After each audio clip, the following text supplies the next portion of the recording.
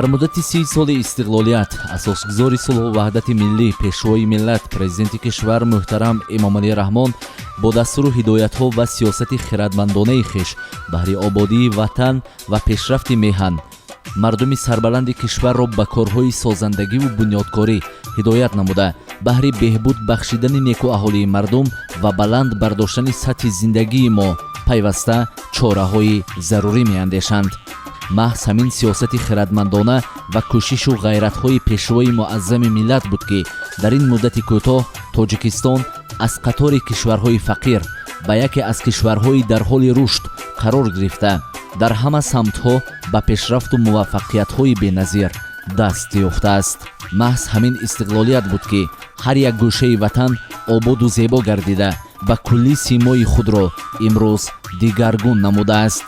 ҳамасола барои дидани ин ҳама манзараҳои дилфиреби кишвар ва дастовардҳоямон аз мамолики дуру наздик меҳмонони зиёде ба кишвари маҳбуби мо ташриф меоранд ва ҳар яке дидгоҳҳои худро бо меҳру муҳаббат ва шодиву нишод баён сохта бо ҳайрат аз он сухан мегӯянд ки кишвари тоҷикистон чӣ гуна дар як муддати кӯтоҳ тавонист ба ин ҳама пешрафтҳо даст ёбад. албатта месазад бигӯем ки кам ҳастанд сиёсатмадороне ки пояи давлатдории худро аз сифр оғоз намудаву дар муддати кӯтоҳ ба яке аз кишварҳои пешрафтаву модерн табдил дода бошанд.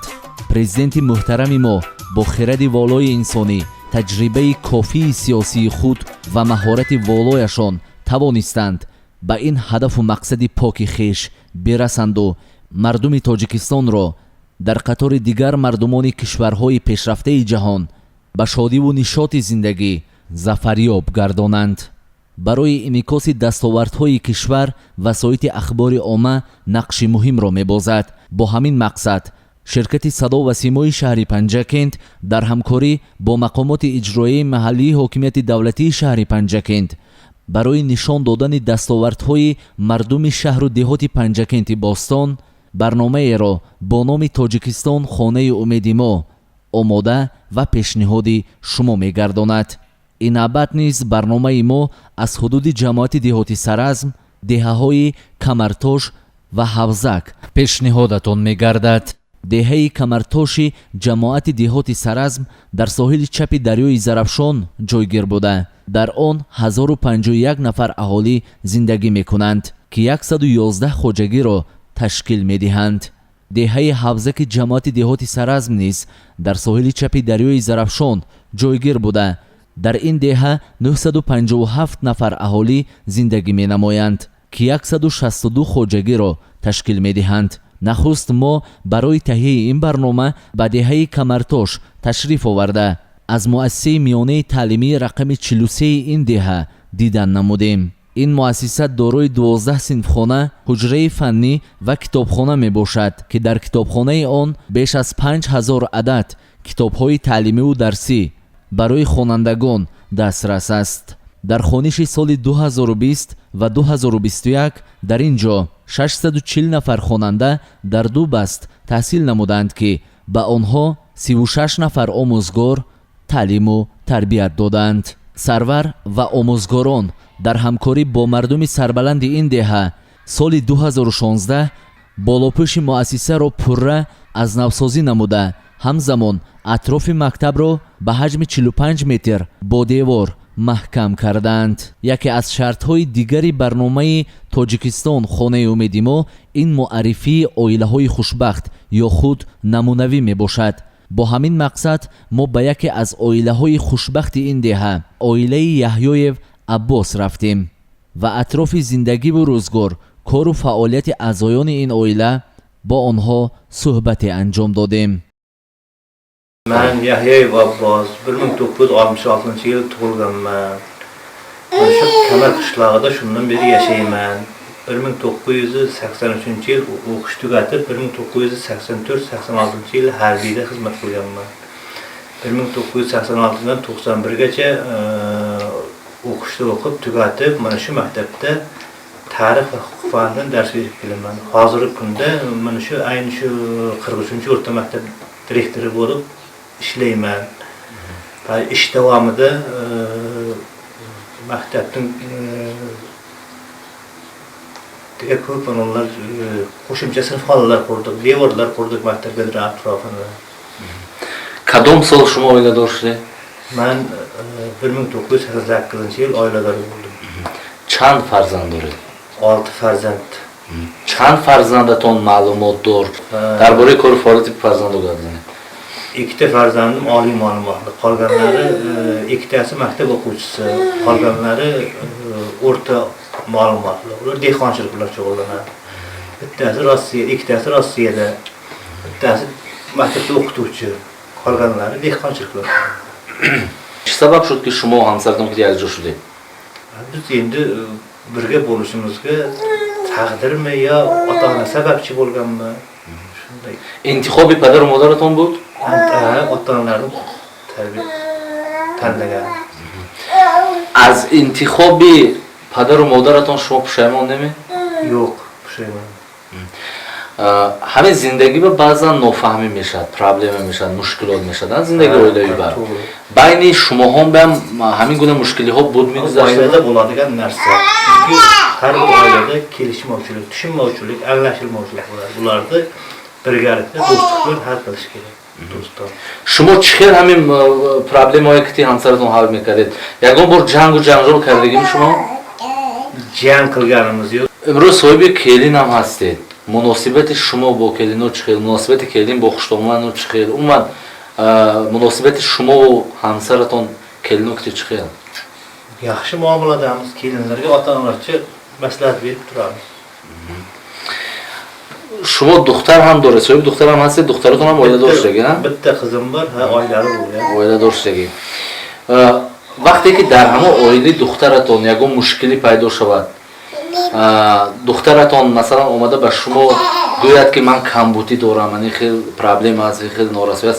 Shu chil hal mekunay mushkulni. Biz imkoni bo'lsa, o'zimizda bo'lsa berishga harakat qilamiz. Bo'lmasa so'z bilan aytamiz.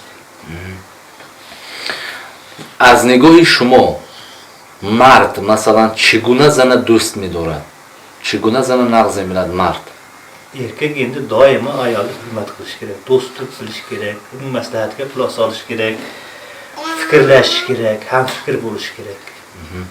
Shuma xotini xushbaxtmi hisob etmi? Xudoga shukr. Sababi xushbaxt hisobidan xudotona shuma dar chi mibiladi?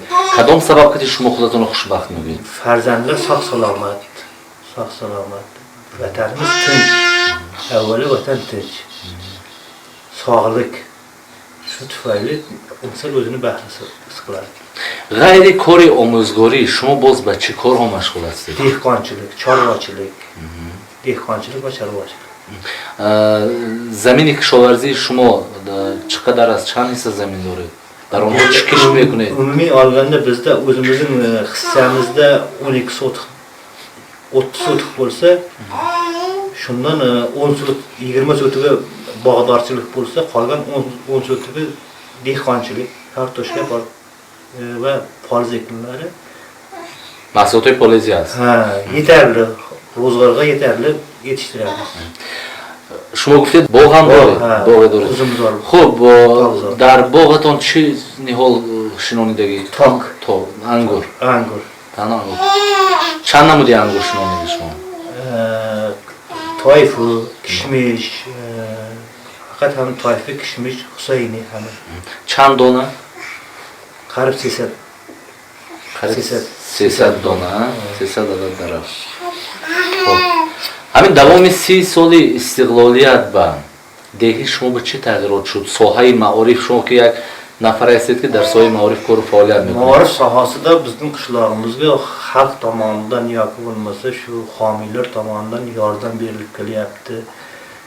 Qo'shimcha masalan sinfxonalar qurishga yordam berildi xalq tomonidan. Masalan qishlog'imizda Rasulov Iskandar sohibkor ko'p yordam beradi maktabga, masalan ta'mir masalasida yordam beradi. Prezidentimizga ming tasanno bo'lsin, ma'rif sohasiga juda katta e'tibor bergan.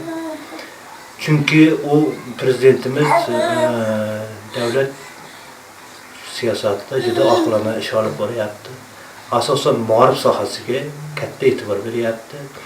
Chunki biz bilamizki, prezidentimiz bolajon inson. Chunki bolalarni juda yaxshi ko'radi u. Yangi maktablarning qurishiga e'tibor beryapti. Qayerga borsa-ki prezidentimiz birinchi navbatda oldiga bolalarni yig'ib olib, ular bilan salom-alik qilib, o'sha bolalarning e'tiboriga o'ziga qaratadi. Shuning uchun biz prezident shu ma'rif sohasiga e'tibor berganida biz qo'llab-quvvatlaymiz. Prezidentning ma'rif sohasiga qo'shgan hissasini biz qo'llab-quvvatlaymiz. Doimo prezidentning mana shu siyosati davom etib. بعد از بازدید خود از دهه کمرتاش ما به دهه حوزک تشریف آوردیم. نخست خواستیم از مؤسسه میانه تعلیمی این دهه دیدن نماییم، ولی به ما اطلاع دادند که تا امروز در این دهه مؤسسه میانه تعلیمی وجود نداشت. بخشیده به سال رشد دهات، سیاحی و هنرهای مردمی، همچنین 30مین سالگرد استقلال جمهوری تاجیکستان، یکی از صاحبکاران این دهه تصمیم گرفته است در همکاری با مردم دهه یک مؤسسه میانه تعلیمی را که از 8 صنفخانه و حجره‌های کاری عبارت می باشد ساخته به استفاده دهد. اما اوید به زمان فعال گردیدن این مؤسسه به ما اطلاع دقیق ندادند. ما امیدوار هستیم که با دستگیری حکومت شهر پنجکند این مؤسسه به زودترین فرصت به فعالیت شروع می نماید.